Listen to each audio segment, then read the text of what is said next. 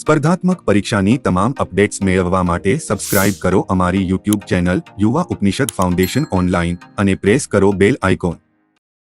Hello નમસ્કાર વિદ્યાર્થી મિત્રો, ફરીવાર આજે આપણે લઈને આવ્યા છીએ જીપીએસસી દ્વારા જે આયોજિત થઈ હતી એસીએફ આરએફઓ વર્ગ 2 ની પ્રિલિમિનરી એક્ઝામ, એમાંથી જે બે પેપર હતા, પેપર 1 અને પેપર 2, અહીં આપણે અર્થતંત્ર વિષયના પૂછાયેલા પ્રશ્નો જે યુવા ઉપનિષદ પબ્લિકેશનના ભારતીય અર્થતંત્ર સબ્જેક્ટમાં ભારતીય અર્થતંત્ર પુસ્તકમાંથી કેટલું કન્ટેન્ટ પૂછવાનું, કેટલા પ્રશ્નો મળી આવે છે, આ પુસ્તક છે એની અંદર કયા કયા ટોપિક કે જે એક્ઝામની અંદર એકચ્યુઅલમાં પૂછાય છે એનો આપણે અભ્યાસ કરવાનો છે અને પેપરનું સોલ્યુશન લેવાનું છે।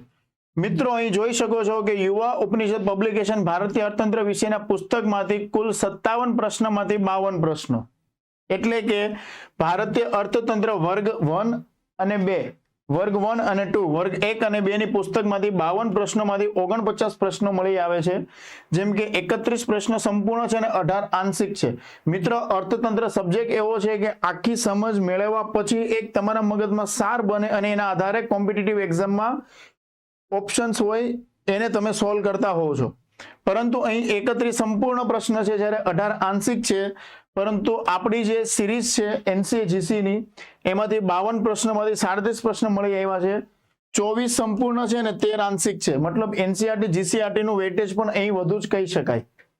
હવે મિત્રો, આ વિગતે 1 બાય 1 અહીંયા આપણે જે લઈને આવ્યો છે પેપર 1 ની છે પેપર સિરીઝ બી અને પેપર 2 ની છે પેપર સિરીઝ એ।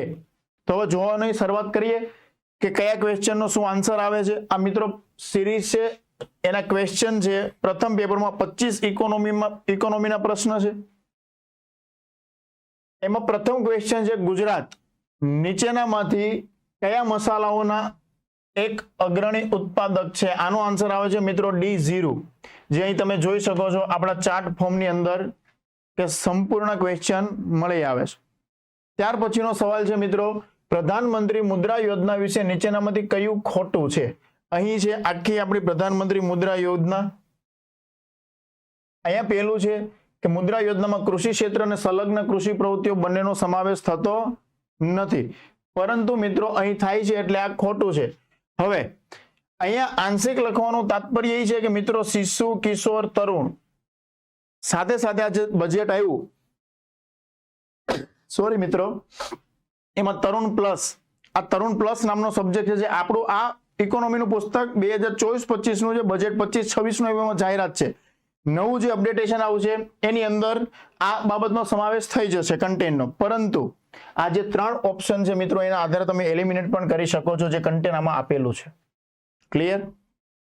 ત્યાર પછી આપણી જે એનસીજીસી સિરીઝની બુક છે એની અંદર પણ તમે જોઈ શકો છો મુદ્રા યોજના, ચાર્ટ ફોર્મમાં પણ જોઈ શકો છો, ટેબલ ફોર્મમાં। ત્યાર પછીનો મિત્રો સવાલ છે, ફુગાવાની અસરો અંગે નીચે આપેલા વિધાનો ધ્યાને લ્યો। ફુગાવાના સમયગાળા દરમિયાન તમામ પ્રકારના ધંધાર્થીઓને ફાયદો થાય છે, વિધાન સાચું છે। બીજું, ફુગાવો ડિબેન્ચર ધારકોને પ્રતિકૂળ અસર કરે છે, આ પણ વિધાન સાચું છે મિત્રો। ફુગાવો દરમિયાન શેર ધારકોને ફાયદો થાય છે, ઓબ્વિયસલી છે કે કોઈ વ્યક્તિ છે એને શેર લીધા અને ફુગાવો થઈ ગયો હવે વેચી નાખે છે, તેને ફાયદો જ થવાનો છે ડ્યુરિંગ ઇન્ફ્લેશન। પરંતુ મિત્રો એ અહીંયા ચાર્ટ ફોર્મમાં વિગતે તમને તમામ કન્ટેન્ટ મળી આવે છે। આનો આન્સર આવશે મિત્રો ડી, 1, 2 અને 3। આ એનસીજીસી ની અંદર જોઈ શકો છો રોકાણકારોને અસર થાય એનો પણ ચાર્ટ ફોર્મમાં ઉત્પાદક વર્ગ, વેપારી વર્ગ। ત્યાર પછી છે મિત્રો આર્થિક વૃદ્ધિ અને આર્થિક વિકાસના ચેપ્ટરની અંદર આર્થિક વૃદ્ધિ અને ત્યાં પણ આપણે આપેલી છે માહિતી। ક્લિયર? ત્યાર પછી મિત્રો નેક્સ્ટ આર્થિક વૃદ્ધિ આર્થિક વિકાસનો સવાલ છે કે જેની અંદર તમામ કન્ટેન્ટ છે કે જે બોક્સ આપેલા છે। ભારતમાં આયોજન વિશે નીચેનામાંથી કયું સાચું છે? ભારતનું આયોજન છે એનામાંથી કયું સાચું છે? આ મિત્રો આપણને આંશિક મળે છે, એનું કારણ છે કે ભારતમાં આયોજનની શરૂઆત જાહેર ક્ષેત્ર પર ભારે નિર્ભરતાથી થઈ હતી। ચાલો માની લો કે આ જે પ્રોસ્પેક્ટ પૂછવામાં આવ્યો, પ્રથમ પંચવર્ષીય યોજના, દ્વિતીય પંચવર્ષીય યોજના, એમાં દ્વિતીય ઉપર ઔદ્યોગિકરણ ઉપર ભાર આપ્યો, પ્રથમમાં કૃષિ ઉપર આપ્યો હતો, પણ છતાં અમુક જે સંયુક્ત ઉપક્રમ વિકાસ આયોજન ઉપર ભાર આપેલો હતો, પરંતુ એની નીચેના ત્રણેય જે વિધાન છે તમને બુક્સની અંદર મળશે કે જે ખોટા છે, કારણ કે 15 પંચવર્ષીય યોજના કીધી છે, ભારત ચાલુ થઈ હતી, વિકેન્દ્રીકૃત આયોજન પ્રણાલી અપનાવી હતી, નહોતી અપનાવી, કેન્દ્રીકૃત હતી, 1991 પછી એલપીજી થયા. આપ જાણો જ છો ભારતમાં સમાજવાદી અર્થતંત્ર આયોજનનું માળખું રહ્યું છે, તો આ નથી રહ્યું, 1991 પછી ચેન્જ થયું હતું. તો તમે જોઈ શકો છો મિત્રો 12 પંચવર્ષીય યોજના, ત્યાર પછી બીજી પંચવર્ષીય યોજના કે જ્યાં ભારે ઉદ્યોગની માહિતી આપેલી છે, આયોજન પંચ ટોપ ડાઉન અભિગમ ધરાવે છે, નીતિ આયોગ બોટમ અપ અભિગમ ધરાવે છે. તો આ છે મિત્રો કન્ટેન્ટ, અને ફરીવાર સાબિત થઈ રહ્યું છે કે યુવા ઉપનિષદ પબ્લિકેશનના પુસ્તકમાં તમામ કન્ટેન્ટ મળી આવે છે, જે એનસીજીસી ના પુસ્તકમાં પણ મળી આવે છે. ત્યાર પછી છે મિત્રો સવાલ, કયા વિધાન સાચા છે? આર્થિક વૃદ્ધિ ફક્ત લાંબા સમય સુધી જીડીપીમાં સતત વૃદ્ધિ સાથે સંબંધિત છે. આર્થિક વિકાસ ફક્ત વૃદ્ધિ સાથે જ નહીં, પરંતુ અર્થતંત્રમાં સમાનતા અને માળખાકીય ફેરફારો સાથે પણ સંબંધિત છે. મિત્રો બંને વિધાન સાચા છે, બંનેનું કન્ટેન્ટ તમે જોઈ શકો છો, આપણા પુસ્તકની અંદર જોવા મળી રહ્યું છે. આનો આન્સર આવશે મિત્રો સી, આપેલા બંને સાચા. ત્યાર પછી મિત્રો નીચેનામાંથી કયું વિધાન ખોટું છે? નીચે આપેલામાંથી કયું વિધાન ખોટું છે? માંગમાં વધારો અને ઘટાડો એક જ માંગ રેખા પર બતાવી શકાય. આ વિધાન ખોટું છે. તમે ડ્રાફ્ટમાં જોઈ શકો છો. અને હવે કે જે અભ્યાસક્રમ ચેન્જ થયો એમાં અર્થતંત્રની સાથે અર્થશાસ્ત્રનો પણ સમાવેશ કરેલો છે. જે તે સમયે આપણા પુસ્તકની અંદર જે પ્રશ્નો નથી મળ્યા એમાંથી મોટા ભાગના પ્રશ્નો અર્થશાસ્ત્રના છે. જે તે સમયે બુક સિલેબસને આધીન બનેલી હોય એટલે અર્થતંત્ર ઉપર ફોકસ હતું, મેક્રો ઇકોનોમી. નવા એડિશનની અંદર મિત્રો અર્થતંત્ર અને અર્થશાસ્ત્ર બંને બાબતનો સમાવેશ થશે. આ ઓપ્શન છે, એનું કન્ટેન્ટ તમે જોઈ શકો છો. ત્યાર પછી અહીંયા પણ લખેલું છે માંગનો નિયમ, સંકોચન વિસ્તરણ થાય કઈ રીતે થાય. એનજીજીસી ની અંદર પણ પુરવઠા વિસ્તરણ અને સંકોચન, expansion and contraction of supply જેની માહિતી મળી આવે છે. ટેકનોલોજી અને તેમાં થતા ફેરફારો કોઈ પણ ચીજ વસ્તુની માંગને અસર કરતો એક ખૂબ જ મહત્વનું પરિબળ છે. જો મિત્રો એક્ઝેક્ટ જીસીઆરટીમાં તમે જોવા જશો તો આ વિધાન ખોટું છે. એઝ પર પ્રેક્ટિકલી એનસી અને ઇકોનોમીના ફંડામેન્ટલ મુજબ જોવા જશો તો વિધાન સાચું છે. આયોગના મત મુજબ આન્સર બી આવે છે. અમારા મત મુજબ એ અને બે બંને છે. આથી અહીંયા નોંધ આપેલી છે. આ તમામ માહિતી, તમામ પીડીએફ તમને યુવા ઉપનિષદની ટેલિગ્રામ ચેનલ પર પણ ઉપલબ્ધ થઈ જશે. આ છે મિત્રો એનો પ્રૂફ. અહીંયા એક એક્ઝામ્પલના ફોર્મમાં પણ મળી આવે છે કે ટેલિકોમ ક્ષેત્રે જીઓના આવ્યા પછી ઇન્ટરનેટના ભાવમાં ધરખમ ઘટાડો થયો, તેથી ઇન્ટરનેટની માંગમાં તીવ્ર વધારો જોવા મળ્યો. તો પહેલું વિધાન છે ટેકનોલોજીને તેમાં થતા ફેરફારો કોઈ પણ ચીજ વસ્તુની માંગને અસર કરતું ખૂબ જ મહત્વનું પરિબળ છે. બીજું છે ઉત્પાદનનો ખર્ચ કોઈ પણ ચીજ વસ્તુના પુરવઠાનો મહત્વપૂર્ણ નિર્ધારક છે. એ તો સનાતન સત્ય છે. આથી આનો આન્સર આવશે મિત્રો સી. જોઈએ જીપીએસસી આયોગ કયો વિધાન માન્ય રાખે છે. ત્યાર પછી છે મિત્રો એનસીજીસીમાં જ્યાં તમને મળી આવે છે ઉત્પાદન ખર્ચના પરિબળની અંદર પણ માહિતી. પછીનો એમસીક્યુ છે ટૂંકા ગાળામાં ઇજારાદાર પેઢી ક્યારેય નુકસાન સહન કરી શકતી નથી. અને બીજું છે ટૂંકા ગાળામાં પૂર્ણ હરીફાઈમાં રહેલી પેઢી અસામાન્ય નફો કમાઈ શકે. વિધાન 2 સાચું છે, વિધાન 1 ખોટું છે. જે તમે જોઈ શકો છો ઇજારા બજારના કયા કયા લક્ષણો એમાં તમને માહિતી મળી આવે છે. ક્લિયર? આ મિત્રો એવા સવાલ છે કે તમે ડિમાન્ડ સપ્લાય આ ટોપિક ભણો, સમજો અને એની પછી ઓપ્શન્સ બને અને તમે કોમ્પિટિટિવ એક્ઝામમાં સોલ્વ કરો. જે તમામ ફંડામેન્ટલ, તમામ લક્ષણો, પરિબળો મેક્રો ઇકોનોમી, માઇક્રો ઇકોનોમીના આપણી પુસ્તકની અંદર આપેલા છે ને એસીએફના પેપરમાં તમે સીધા જોઈ શકો છો. ત્યાર પછીનો મિત્રો સવાલ છે કે નીચે આપેલ પૈકી કયા વિધાન સાચા છે? રાજ્ય સરકાર દ્વારા કૃષિ આવક ઉપર કર વસૂલવામાં આવે છે. સાચું વાત છે.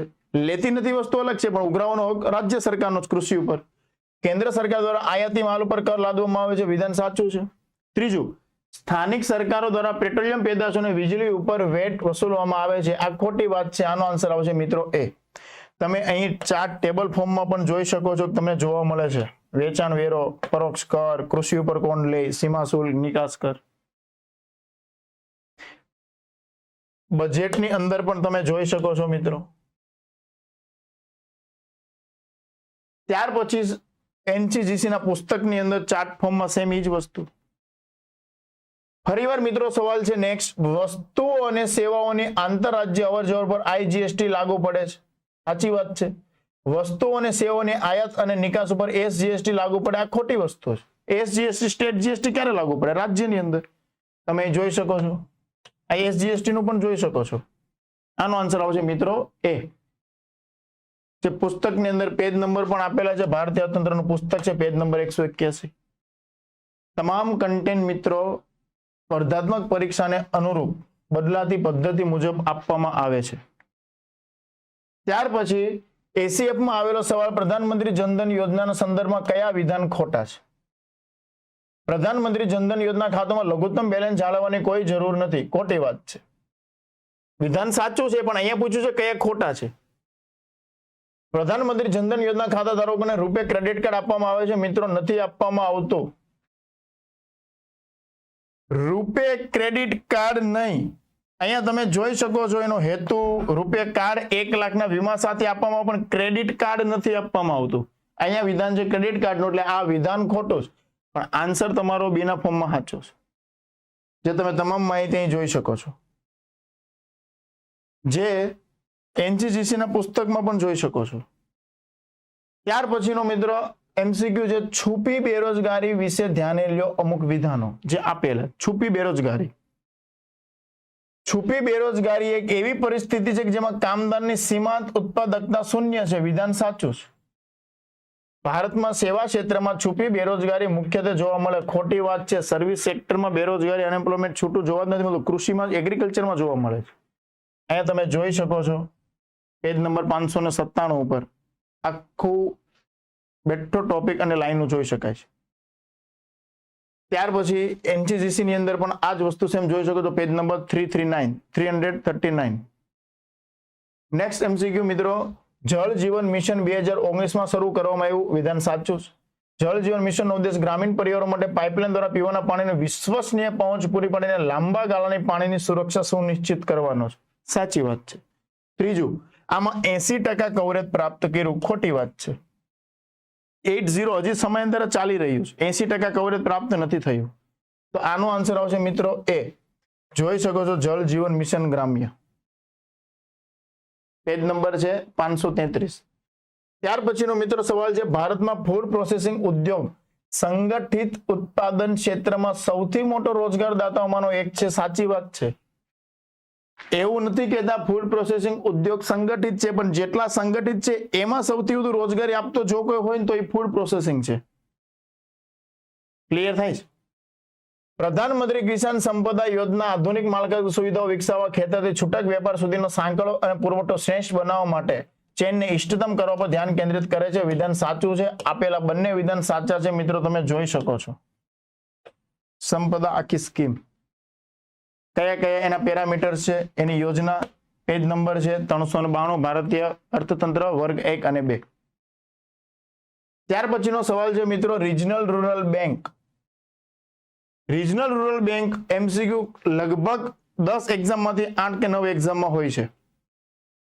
રિજનલ રૂરલ બેંકને નાબાર્ડ દ્વારા પુનઃધિરાણ આપવામાં આવે છે. વિધાન સાચું છે. વિવિધ નાણાકીય માપદંડો દ્વારા માપવામાં આવતા એકીકૃત સ્તરે પ્રદર્શનમાં સમય જતા નોંધપાત્ર સુધારો જોવા મળે છે. સુધારો આવ્યો છે. પીઆઈબી ઉપર પણ આ ડેટા અપડેટ થયેલો છે. અહીંયા આપેલા બંને વિધાન સાચા છે. આનો આન્સર આવશે સી મિત્રો. તમે જોઈ શકો છો નાબાર્ડનો સંપૂર્ણ મુદ્દો, તમામ ટોપિક હાઇલાઇટ પણ જોઈ શકાય છે. સેમ ઇજ એનજીજીસી ની અંદર. ત્યાર પછી મિત્રો છે, ક્રેડિટ ગેરંટી યોજના હેઠળ સૂક્ષ્મ અને લઘુ ઉદ્યોગોને કોલેટરલ મુક્ત જમીન મુક્ત લોન આપવામાં આવે છે. ખાદી અને ગ્રામ ઉદ્યોગ વિકાસ યોજના કેન્દ્ર ક્ષેત્રની યોજના છે અને આ યોજનામાં રાજ્ય ઘટક સામેલ નથી. સાચી વાત છે. આન્સર સી છે. તમે જોઈ શકો છો સીડબી ક્રેડિટ ગેરંટી ફંડનું સંચાલન કરે છે. ત્યાર પછી ઉદ્યોગ આધાર એમએસએમઈ ઉદ્યોગ મિત્ર પોર્ટલ. મલ્ટી પોવર્ટી ઇન્ડેક્સ વિશે નીચેના વિધાનો ધ્યાને લ્યો. નેક્સ્ટ સવાલ છે, માનવ ગરીબી સૂચકાંક ની તુલનામાં મલ્ટી પોવર્ટી ઇન્ડેક્સ ગરીબીને વધુ સારો સૂચકાંક છે. આ વિધાન સાચું છે. બીજું, ગરીબીનો અંદાજ લગાવવા માટે મલ્ટી પોવર્ટી ઇન્ડેક્સ કોઈ પણ સેવાઓને ધ્યાને લેતો નથી. ખોટી વાત છે. સ્વચ્છતા, શિક્ષણ, બધી સેવાનો સમાવેશ થાય છે. આનો આન્સર આવશે મિત્રો ફક્ત 1. જે તમામ કન્ટેન્ટ મળી આવે છે. પછી છે મિત્રો મૂડી સર્જન વિશે નીચેના વિધાનો ધ્યાને લ્યો. બચત અર્થતંત્રમાં મૂડી સર્જનને પ્રોત્સાહન આપે છે. કેપિટલ નું જે સર્જન થાય છે, મૂડી સર્જન એને પ્રોત્સાહન આપે છે. સાચી વાત છે. આ સક્રિય આવકનો પ્રવાહ છે અર્થતંત્રમાં શરૂઆત જ જીડીપી ભણતા પહેલા અહીંથી થાય. જે તે દેશમાં જેટલું સેવિંગ થશે એ જ ફરીવાર બેંકમાં જઈને ત્યાંથી જે હાઉસ હોલ્ડ સેક્ટરમાંથી સેવિંગ થયું હોય એની મૂડીનું સર્જન કરતું હોય. ફક્ત એક સાચું વિધાન છે. ચોખ્ખા મૂડી સર્જનમાં સ્થિર મૂડીનો ઘસારાનો સમાવેશ થાય છે. ખોટી વાત છે. તમે જોઈ શકો છો મિત્રો, આર્થિક વૃદ્ધિ આર્થિક વિકાસને પ્રભાવિત કરતા કારકોના ટોપિકમાં તમામ કન્ટેન્ટ મળી આવે છે, જે એમસીક્યુ સોલ્વ કરવા માટે કાફી છે. ત્યાર પછીનો મિત્રો સવાલ છે કે ભારતમાં વસ્તી વિતરણ 2011 મુજબ ધ્યાને લ્યો. ભારતમાં સૌથી વધુ વસ્તી ગીચતા બિહાર રાજ્યમાં જોવા મળે છે. 1991 વસ્તી ગણતરી પછી ભારતની વસ્તી વૃદ્ધિ દરમાં ઘટાડો જોવા મળ્યો છે અને રાષ્ટ્રીય સરેરાશ કરતા ગુજરાતમાં વસ્તી ગીચતા ઓછી છે. મિત્રો અમારા મતે આ ત્રણેય વિધાન સાચા છે. અમારા મતે તમામ વિધાન સાચા છે, પણ તમામ વિધાનનો ઓપ્શન જ જોવા મળતો. ફક્ત એક છે કે ફક્ત બે છે કે ફક્ત 1, 2 અને ફક્ત 3. આયોગ ઉપર નક્કી થશે કે આ રદબાતલ થાય છે અથવા તો બધાને ગ્રેસિંગ આપવામાં આવે છે, અને એના ત્રણેય વિધાન તમે બુક્સમાં જોઈ શકો છો.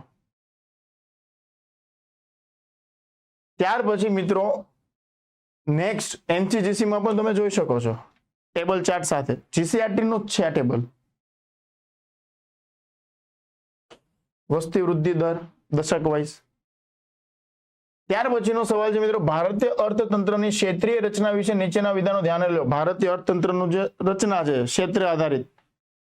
કૃષિ ક્ષેત્ર ભારતના જીડીપીમાં 30% વધુ યોગદાન આપે. ખોટી વાત છે. આપણે દર વર્ષે બજેટ આવે છે એની અંદર જોઈ રહ્યા છીએ કયા સેક્ટરનો કેટલો ફાળો છે. તાજેતરના વર્ષોમાં સેવા ક્ષેત્ર ભારતના જીડીપીમાં સૌથી મોટો ફાળો આપનાર રહ્યું છે. વિધાન સાચું છે. સર્વિસ સેક્ટર ઉપરી આવ્યું છે. કૃષિ પછી સર્વિસ સેક્ટર તો ઉપરી આવ્યું છે ઇન્ડિયામાં.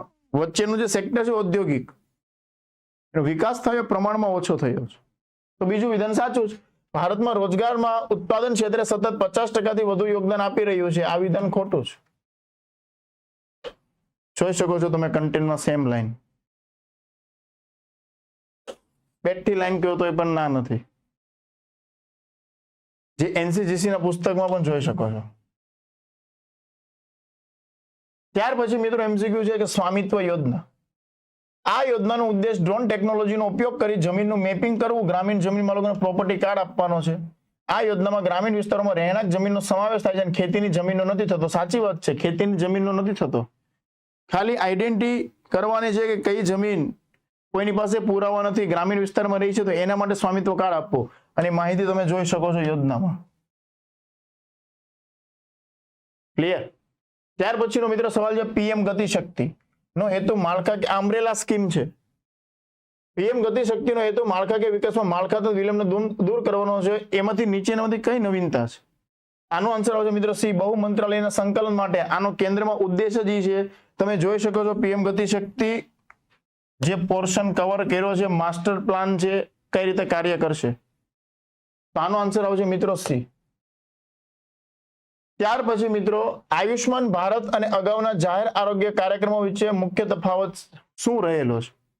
અગાઉ પણ સ્વાસ્થ્યના કાર્યક્રમો આવ્યા છે, પણ અત્યારે જે આયુષ્માન છે એમાં તફાવત શું છે? આનો આન્સર આવશે મિત્રો ડી, માધ્યમિક અને તૃતીય સંભાળ માટે સીધું આરોગ્ય કવરેજ પૂરું પાડે છે. પહેલાના કાર્યક્રમ જે હતા એ કવરેજ આપતા જ, પણ માધ્યમિક ને તૃતીય ટર્શરી નહોતા. અહીં તમે જોઈ શકો છો કે 10 કરોડ જેટલા ગરીબ આર્થિક રીતે પછાત પરિવારોને પ્રતિ વર્ષ 5 લાખ રૂપિયા આરોગ્ય વીમાનો લાભ મળશે. અહીંયા લખ્યું છે તૃતીય, મતલબ એવી ઇન્જરી કે જેમાં દાખલ થવું પડે એમ હોય, કેન્સર, હૃદય રોગ, 1350 જેટલી ગંભીર બીમારીઓ. તો મિત્રો અહીં તમે વિધાન જોઈ શકો છો જે સોલ્વ કરવા માટે કાફી છે. એસ્પિરેશનલ ડિસ્ટ્રિક્ટ પ્રોગ્રામ કઈ નીતિ નવીનતા દર્શાવે છે? આનો આન્સર આવશે મિત્રો સી, છેલ્લા માણસ સુધી સરકારી સેવાઓ પહોંચે એના માટે રિયલ ટાઈમ ડેટા ઉપર આધારિત છે. તમે આખો પ્રોગ્રામ અહીં બુક્સમાં જોઈ શકો છો, એસ્પિરેશનલ ડિસ્ટ્રિક્ટ પ્રોગ્રામ. ત્યાર પછી મિત્રો નીતિ આયોગ સંબંધિત મંત્રાલયો ભાગીદારો સાથે સંકલન કરી કઈ રીતે પ્રક્રિયા આગળ વધારી તમામ બાબતો કવર કરવામાં આવેલી છે એસ્પિરેશનલ ડિસ્ટ્રિક્ટ પ્રોગ્રામમાં. તો ત્યાર પછી મિત્રો છે એસીએફ નું જે બપોર પછી લેવાયેલું પેપર 2 એની સિરીઝ એ નું. હવે મિત્રો એ લખ્યું છે પ્રથમ સવાલ ઇકોનોમીનો પ્રધાનમંત્રી શ્રમ યોગી માનધન યોજના વિશે વિધાનો ચકાસો. એક સ્વૈચ્છિક ફાળો આપતી પેન્શન યોજના સાચી વાત છે, જરૂરી ફરજિયાત નથી કે બધાનો ભાગ બને તો સારી વાત છે, પણ ફરજિયાત નથી નાગરિકો માટે. આ યોજના હેઠળ ગ્રાહકને 60 વર્ષની ઉંમર પ્રાપ્ત કર્યા પછી દર મહિને ઓછામાં ઓછું 5,000 નું પેન્શન મળે. ખોટી વાત છે મિત્રો, અહીંયા બેઠું લખેલું 3,000 નું મળે, બેઠી લાઈન મળે, મતલબ આનો આન્સર આવશે ફક્ત એ. ત્યાર પછી છે મિત્રો આરબીઆઈ વિશે નીચેના વિધાનો ધ્યાને લ્યો. બેન્કિંગ અને નિરીક્ષણ કાર્ય ઉપરાંત આરબીઆઈ વિવિધ પ્રોત્સાહક અને વિકાસ કાર્ય પણ કરે છે. આરબીઆઈ ઔદ્યોગિક અને નાણાકીય નિગમ ઓફ ઇન્ડિયાની સ્થાપનામાં મદદ કરી? કોઈ મદદ નથી કરી. આથી આનું માત્ર એક વિધાન સાચું છે. આનો આન્સર આવશે મિત્રો ફક્ત એક. 233 નંબરનું પેજ, એના તમામ ફંક્શન જોઈ શકો છો, કઈ કઈ ભૂમિકામાં આરબીઆઈ કામ કરે છે, કયા સેક્ટરમાં એની કઈ ભૂમિકા છે. જે એનસીજીસી માં પણ છે, પેજ નંબર 111 ઉપર.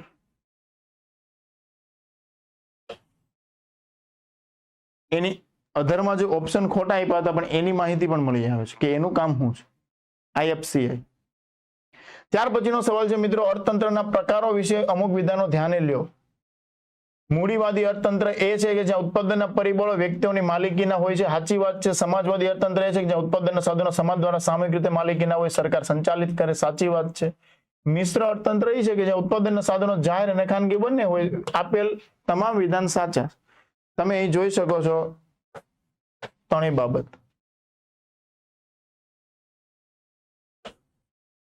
ચાર્ટ ફોર્મની સાથે તમે થિયરી ફોર્મમાં પણ જોઈ શકો છો.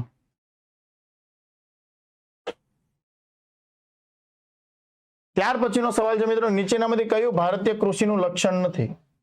તો ખેત મજૂરની ઊંચી ઉત્પાદકતા નથી, કારણ કે સ્કિલ, લેક ઓફ સ્કિલ છે, થોડીક ઓછી સ્કિલ છે. ટેકનોલોજીકલ એગ્રીકલ્ચર મિકેનાઇઝેશન એટલું પ્રમાણમાં નથી થયું છે આપણે ઇન્ડિયામાં. એ તમામ માહિતી તમે જોઈ શકો છો કે કઈ કઈ સમસ્યા છે. અહીંયા પૂછ્યું છે કયું લક્ષણ નથી રહ્યું, આનો આન્સર આવશે સી.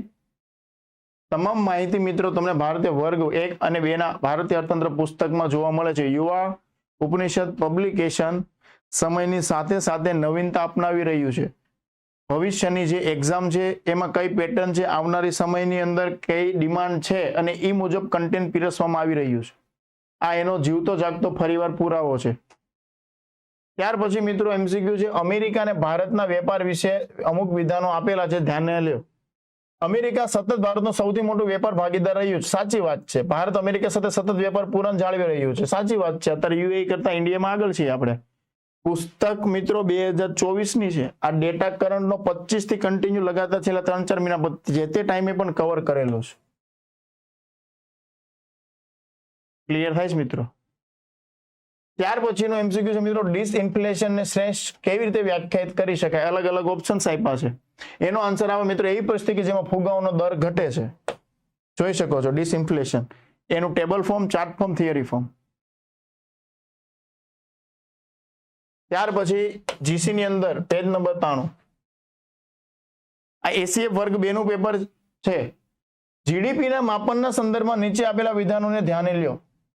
જીડીપી પર્યાવરણ ખર્ચને ધ્યાને લે છે, ઈ નો લે મિત્રો તો એને ગ્રીન જીડીપી કહેવાય. સવાલ છે માત્ર જીડીપી નો. જીડીપીમાં કાળા બજારની પ્રવૃત્તિઓનો સમાવેશ થતો નથી, સાચી વાત છે, એનો સમાવેશ નથી થતો. તમે જોઈ શકો છો અહીંયા એની માહિતી પણ લખી, દાણ ચોરી, ગેરકાયદેસર વસ્તુઓ.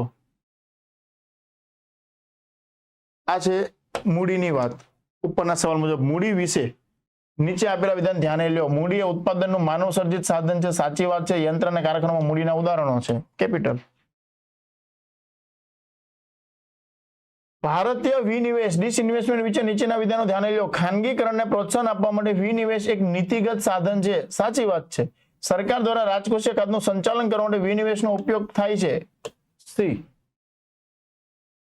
ડિસઇન્વેસ્ટમેન્ટની પ્રોસેસની સાથે સાથે મિત્રો અહીં તમે બુકમાં જોઈ શકો છો કે રાજકોષીય ખાતની આપૂર્તિ માટે ફિસ્કલ ફાઇનાન્સિંગ માટે સરકાર કયા સ્ટેપ લે. એમાંથી એક ઓપ્શન છે પણ આના 6 સ્ટેપ આવે, જે 6 તમે જોઈ શકો છો પેજ નંબર 153. સાથે વિનિવેશ કરવાના હેતુઓ પણ જોઈ શકો છો, ખાલી વિનિવેશ નહીં, જે તમામ એમસીક્યુ ની બેઠી લાઈનો જોવા મળે છે.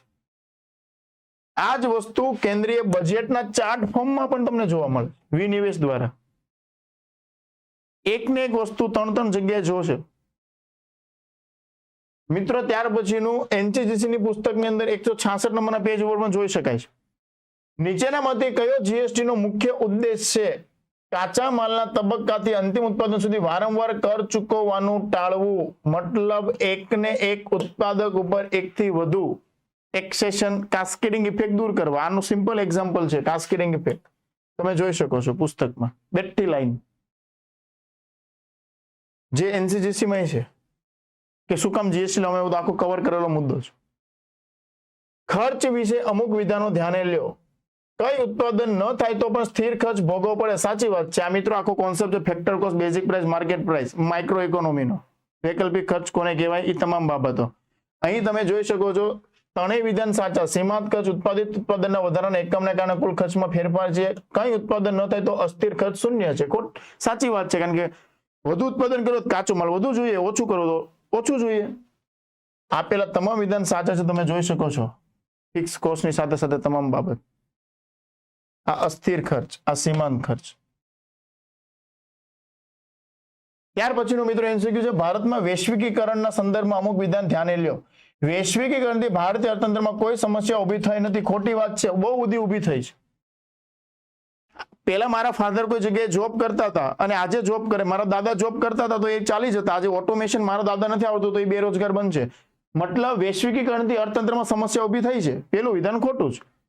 અર્થતંત્રને ખુલ્લું કરવાના ભાગરૂપે રૂપિયાને ચાલુ અને મૂડી ખાતા બંને પર સંપૂર્ણતા રૂપાંતરિત કરવામાં આવ્યો. ખોટી વાત છે. ચાલુ ખાતામાં રૂપાંતરિત છે, કેપિટલ મૂડીમાં નથી. આપેલા બંને ખોટા છે એટલે આન્સર ડી આવે છે. અહીં તમે જોઈ શકો છો તમામ માહિતી. ઇકોનોમીની અંદર મિત્રો એક ટોપિક સમજ્યા પછી એ સમજણના આધારે એમસીક્યુ બનતા હોય. અહીં તમે જોઈ શકો છો સમજણ આધારિત પણ પૂછાય છે અને બેઠી લાઈનો એમાં પણ મળે છે. તો મિત્રો આ ફરીવાર પ્રૂફ કરે છે કે તમામ કન્ટેન્ટ યુવા ઉપનિષદ પબ્લિકેશનની પુસ્તકની અંદર રહેલું છે, જે તમે વિથ પ્રૂફ જોઈ શકો છો. અને આ તમામ માહિતી તમને ટેલિગ્રામ ઓફિશિયલ જે ચેનલ છે યુવા ઉપનિષદ પબ્લિકેશન ફાઉન્ડેશન તેની પર તમને મળી જશે. આ એનસીસીસી ના પુસ્તકની અંદર પણ માહિતીનો સમાવેશ કરેલ છે. ત્યાર પછી મિત્રો જે ભારતમાં જમીન સુધારા વિશે નીચે આપેલા વિધાનો ધ્યાને લ્યો. જમીન માલિકીમાં સમાનતા વધારવા માટે જમીનની ટોચ મર્યાદાને પ્રોત્સાહન આપવામાં આવ્યું હતું. સાચી વાત છે. આ તો વિનોબા ભાવે ઉદાન પ્રવૃત્તિ પછી અથવા અંગ્રેજોના કાળમાં બધી તમામ માહિતી થિયરીનો સમાવેશ કર્યો છે. સ્વતંત્રતા પછી કઈ ઘટનાક્રમ ઘટ્યો. જમીન મહેસૂલની જમીનદારી પ્રણાલી નાના જમીન ધારકોને આવકમાં વધારો કરે. ખોટી વાત છે. માત્ર ફક્ત એક જ સાચું છે વિધાન. જે તમામ કન્ટેન્ટ તમે જોઈ શકો છો 401 404 નંબરના પેજ ઉપર. અને આનું આખું ચેપ્ટર છે મિત્રો આપણા પુસ્તકમાં ભારતમાં જમીન સુધારા, લેન્ડ રિફોર્મ્સ ઇન ઇન્ડિયા. ખાદ્ય સુરક્ષા વિશે નીચેના વિધાન ધ્યાને લ્યો. ખાદ્ય સુરક્ષા એટલે સ્થાનિક માંગને પહોંચી વળવા માટે પૂરતા પ્રમાણમાં ખાદ્યની ઉપલબ્ધતા અને વ્યક્તિગત સ્તરે પોષણક્ષમ ભાવે પૂરતા પ્રમાણમાં ખોરાકની ઉપલબ્ધતા. સાચી વાત છે. ખાદ્ય સુરક્ષા સુનિશ્ચિત કરવામાં જાહેર વિતરણ વ્યવસ્થાએ કોઈ ભૂમિકા ભજવી નથી. ખોટી વાત છે. બહુ મોટી ભૂમિકા ભજવી છે પીડીએસ. તો આનો આન્સર આવશે મિત્રો ફક્ત એક. જોઈ શકો છો ફૂડ સિક્યુરિટી 19.6 નંબરનો પોઈન્ટ, પેજ નંબર 395 394 તમામ માહિતી જે એનસીજીસી ની અંદર પણ જોઈ શકો છો. ફૂડ સિક્યુરિટી નામનો ટોપિક. ભારતના પીડીએસ ની ઉત્ક્રાંતિ કઈ રીતે થઈ એ બાબત પણ સમાવેશ થયેલો છે.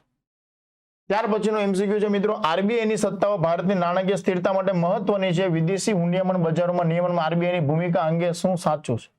આરબીઆઈ પાસે દેશના વિદેશી હુંડિયામણ ભંડાર અને બજાર કામગીરી પર વિશિષ્ટ નિયંત્રણ છે. પહેલું જ વિધાન સાચું છે. અહીંયા જોઈ શકો છો કયા અધિનિયમથી આરબીઆઈ કઈ ભૂમિકા ભજવે છે વિદેશી બાબતોમાં. ત્યાર પછી મિત્રો એનસીજીસી ની અંદર પણ જોઈ શકો છો કઈ રીતે જાળવણીનું કાર્ય કરે છે આરબીઆઈ. ભારતમાં આઈસીટી ક્ષેત્રમાં તાજેતરના વિકાસ અંગે કયા વિધાનો છે સાચા? ધ્યાને લ્યો. આરબીઆઈ નાણાકીય સંસ્થાઓને સસ્તું સ્થાનિક ક્લાઉડ ડેટા સ્ટોરેજ પ્રદાન થાય માટે 2025માં એક પાયલોટ પ્રોગ્રામ શરૂ કરેલો છે. એનો હેતુ છે કે વિદેશી ક્લાઉડ સેવા પ્રદાતાઓ પર નિર્ભર રહેવાનો.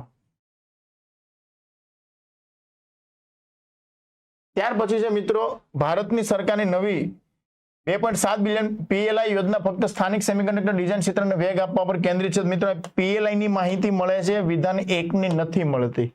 આપણી બુકમાં. શા માટે? કારણ કે આ પુસ્તકનું એડિશન છે 2024-25 અને વિધાન 1 પૂછ્યું છે 2025 નું કરંટ આધારિત. એટલે અહીંયા આંશિક ભલે લખ્યું પણ બુકમાંથી જે મળે છે PLI નું મળે છે, ઉપરનું વિધાન કરંટ અફેરનું છે, જે દર મહિને મંથલી મેગેઝિનમાં આપણે સમાવેશ થયેલો છે કન્ટેન્ટનો. ત્યાર પછી મિત્રો નેક્સ્ટ સવાલ છે, IMF ના સત્તાવાર આદેશમાં નીચેનામાંથી શેનો સમાવેશ થાય છે? આંતરરાષ્ટ્રીય નાણાકીય સહયોગને પ્રોત્સાહન આપવું, વિનિમય સ્થિરતાને પ્રોત્સાહન આપવું, વિદેશી વિનિમય નિયંત્રણો દૂર કરવા. ત્રણેય વિધાન સાચા છે. પ્રોજેક્ટ્સ માટે લાંબા ગાળાની લોન પૂરું પાડતું નથી, માત્ર બી આવશે આનો આન્સર. આ તમામ ઉદ્દેશ તમે જોઈ શકો છો 9 આપેલા છે, MCQ માં ભલે 4 પૂછ્યા. ત્યાર પછી મિત્રો આ માહિતી તમને 237 NCGC ના પુસ્તકમાં પણ મળે છે, 237 ઉપર જોઈ શકો છો. નેક્સ્ટ MCQ છે, ભારતીય રૂપિયા વિશે નીચે આપેલા વિધાનો ધ્યાને લ્યો. ભારતીય રૂપિયાના મૂલ્ય બજાર દ્વારા નક્કી થાય છે, સાચી વાત છે. મૂડી પ્રવાહ, વ્યાજદરનું સ્તર, ક્રૂડ ઓઇલના ભાવમાં ફેરફાર વગેરે પરિબળો ભારતીય રૂપિયાના વિનિમય દરને પ્રભાવિત કરે છે. આ પણ સાચી વાત છે. અત્યારે ઈરાનનું એનું યુદ્ધ ચાલે છે તો ગોલ્ડ, પેટ્રોલ બધા ઉપર ઇફેક્ટ આવવાની છે. ત્રીજું વિધાન છે, વિદેશી ચલણની માંગમાં વધારો રૂપિયાના મૂલ્યમાં વધારો કરશે, ખોટી વાત છે. ફક્ત એક આ માહિતી પણ તમે જોઈ શકો છો. વિનિમય દર કઈ રીતે નિર્ધારણ થાય, પેજ નંબર 546 ને 549 બંને જગ્યા આપેલા છે.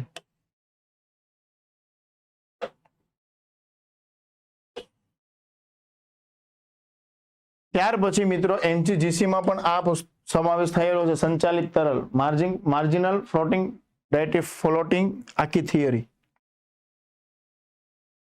ઔદ્યોગિક નીતિ અને ટેરિફ વિશે વિધાનો ધ્યાને લ્યો. ઔદ્યોગિક નીતિ એવા પગલાંનો ઉલ્લેખ કરે છે જેમાં જાહેર ધ્યેય પ્રાપ્ત કરવા માટે ઉદ્યોગના પરિવર્તનને લક્ષ્ય બનાવે, સાચી વાત છે. ટેરિફ એ ઔદ્યોગિક નીતિનું એક માનક સાધન છે. ટેરિફ બાહ્ય સ્પર્ધાથી નબળા ઉદ્યોગોને ટેકો આપવામાં મદદ કરે છે. આપેલ તમામ વિધાન સાચા છે. અહીં તમે જોઈ શકો છો કઈ રીતની પરવાના નીતિ છે, એની આખી થિયરી પેજ નંબર 411 ઉપર આપેલી છે. ત્યાર પછી 177 ઉપર એન્ટી ડમ્પિંગ ડ્યુટી અથવા તો વિદેશ સાથે વેપાર, counter wailing duty, safeguard duty, કઈ બાબતો હોય છે ટેરિફ બાબતે એનો સમાવેશ કરેલો છે. MCQ એલ્યુમિનેશન માટે પણ આટલું કન્ટેન્ટ ઇનફ છે. ત્યાર પછીનો સવાલ છે, ભારતના ઉદ્યોગો વિશે અમુક વિધાન ધ્યાને લ્યો. ભારતના વિવિધ રાજ્યમાં ઉદ્યોગોનો સંતુલિત વિકાસ થયો, ખોટી વાત છે. બધા રાજ્યમાં એક સરખો ઉદ્યોગનો વિકાસ નથી થયો. ગુજરાતમાં જે વિકાસ છે વિકાસ યુપીમાં નથી, બિહારમાં નથી. તો પેલું સેન્ટેન્સ આમનું ખબર પડે, એલિમિનેશન કરો તો આન્સર ખબર પડી જાય, સી આવે છે. પણ એ જે બે MCQ છે એનું કન્ટેન્ટ પણ મળી આવે છે અધર સેક્ટરમાં. ઉદારીકરણને પછી પણ કેવી અત્યારે સ્થિતિ છે એનું માહિતી પણ મળી આવે છે 102 નંબરના પેજ ઉપર. ત્યાર પછી નેક્સ્ટ MCQ મિત્રો, MSP લઘુત્તમ ટેકાના ભાવ. સરકાર દ્વારા લઘુત્તમ ટેકાના ભાવને કરવામાં આવતી ખાદ્યાન્નની ખરીદીમાં બફર સ્ટોક તરીકે જોવામાં આવે, સાચી વાત છે. લઘુત્તમ ટેકાના ભાવ ખેડૂતને કૃષિ પેદાશોના ભાવમાં કોઈ પણ તીવ્ર ઘટાડા સામે રક્ષણ આપે છે.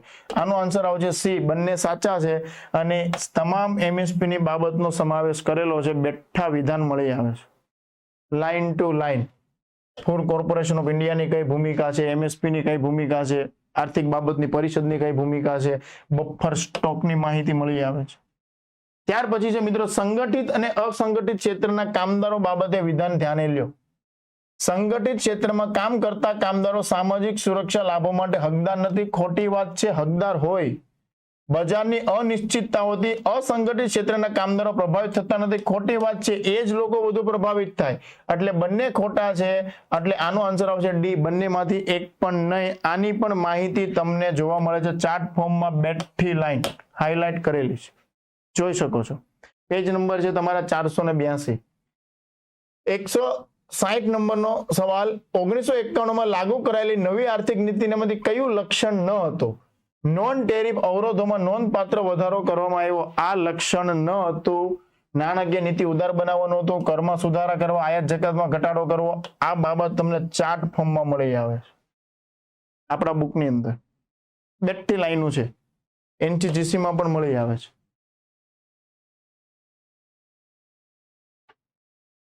ત્યાર પછીનો મિત્રો નેક્સ્ટ MCQ,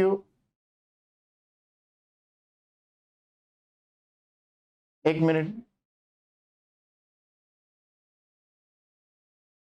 આંતરમાળખા વિશે નીચે આપેલા વિધાનો ધ્યાને લ્યો.